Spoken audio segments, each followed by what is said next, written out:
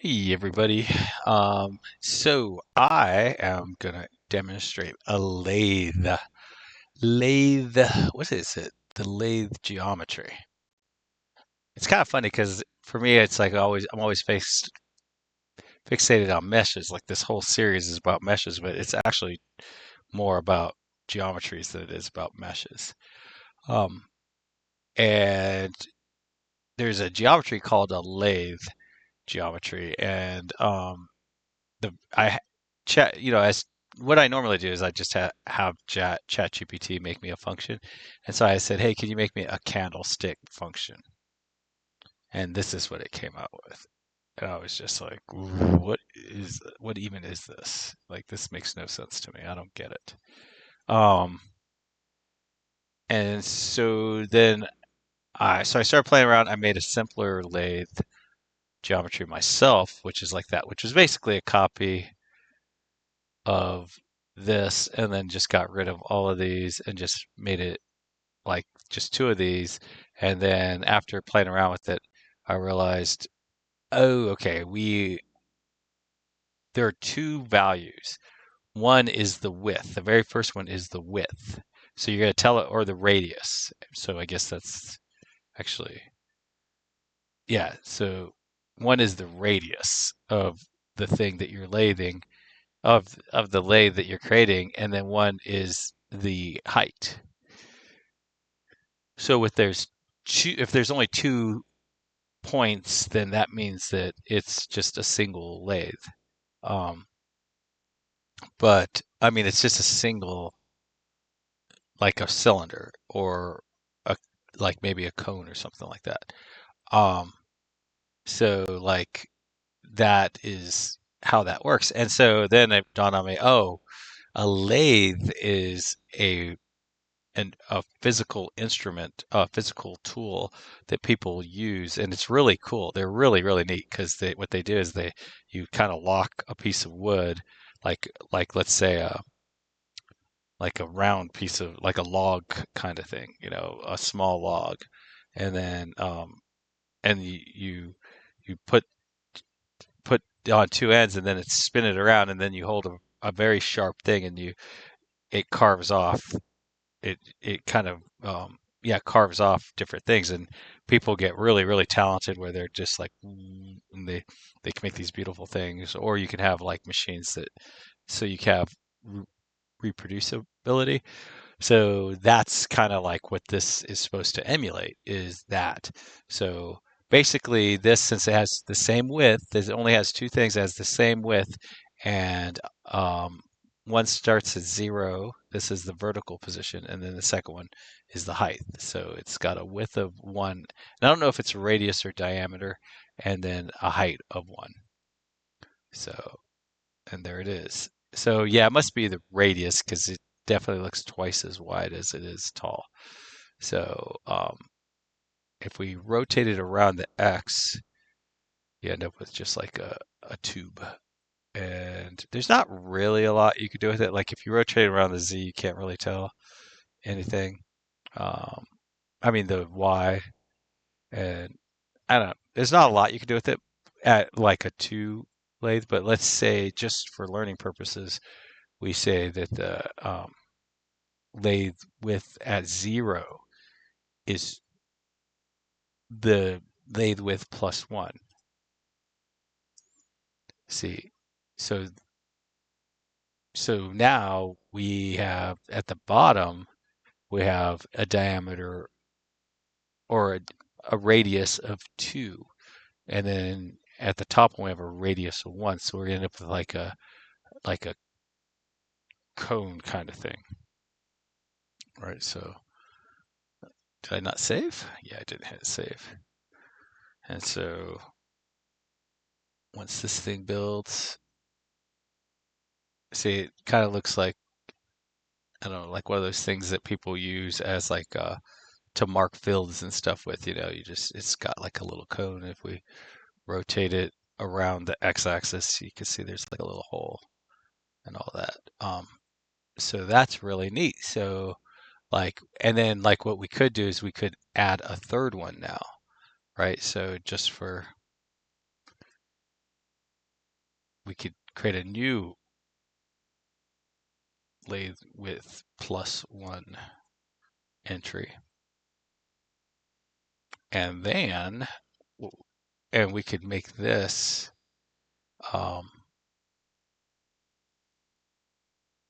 like 2 instead of 1, right? So really, I just did these names so it'd kind of be easier to understand what we're looking at here.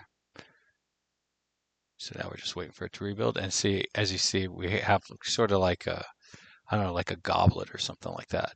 And so, yeah, if we write, and now I believe we could add even another one here. Like we could say, hey, we're going to add a second one at this level. And then, but instead of the width being um, that, it'll be 0. So I believe what this will do is it will seal it up. But the problem is I think it will also start. I don't know. I don't know. Actually, don't know what it's going to do. So let's see. Ah, yeah. So it started the new one there, which I think that is really cool, actually. And yeah. But see now if we rotate along the way, see we got like a. I do think that is neat. Actually, I kind of want to see what it looks like if we rotate it around the y-axis now. So you can't even tell. It doesn't show any. Oh, I guess you can a little bit. Let's see.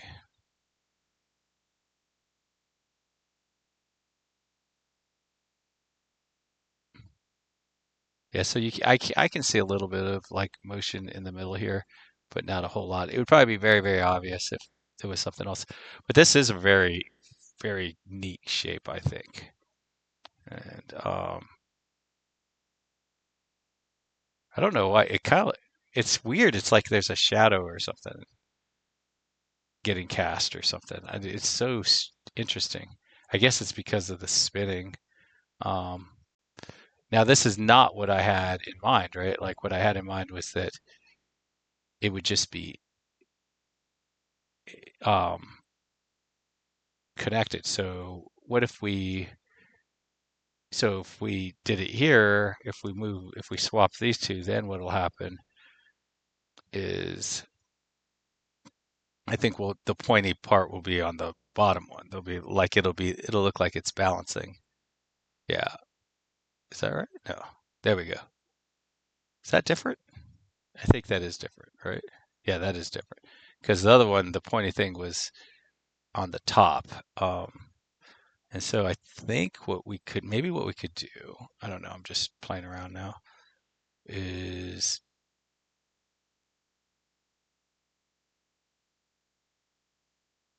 like add that there.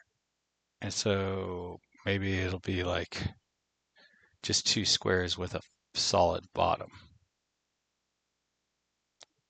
I don't know if this would print. I don't have any idea. Like if we STL this bad boy. Yeah, so now it's got a solid bottom.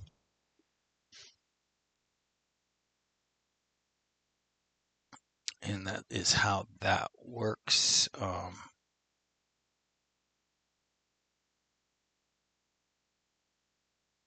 then I guess what would be fun would be to, I don't know what happens. I think if we did this here,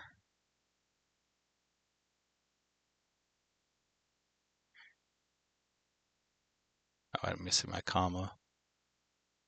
All right, so now we've added another lathe down there.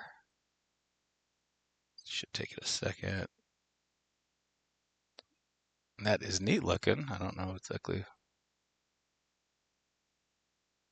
So it kind of folded back over. onto itself. I think that's, but then like if we were to make this like, instead of lathe height, we'll make it like 3.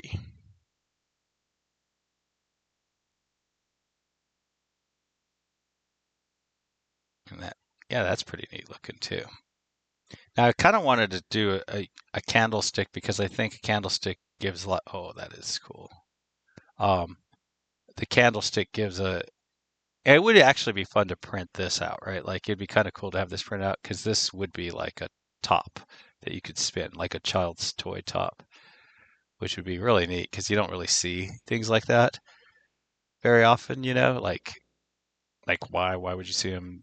A toy store would have a million different things, but you might want a top one day, and you'd be like, you know what? I'm just gonna print this thing out, and you could. I guess I think you might have to do something with it, but anyway, so that is very cool. I think it's really neat. I think the lathe makes it's very simple to understand once you've done it. Let me see. I'm just going to go back to our original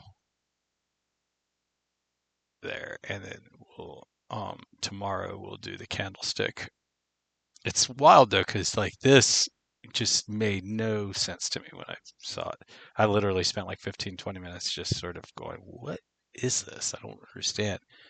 0, 0. What could 0, 0 be? And then 1 along the x-axis and 0. Like, what is that going to show? And it's like, no, this is 0, 0, saying that there's no width, and then it goes straight up to starts at 0, 0. Oh, that gives it like kind of the bottom, and then it goes out to 1.2. So that gives it. I guess this is what's going to give you a flat bottom, and then it's going to go up a little bit, and it's going to get a little bit more narrow, and then it's going to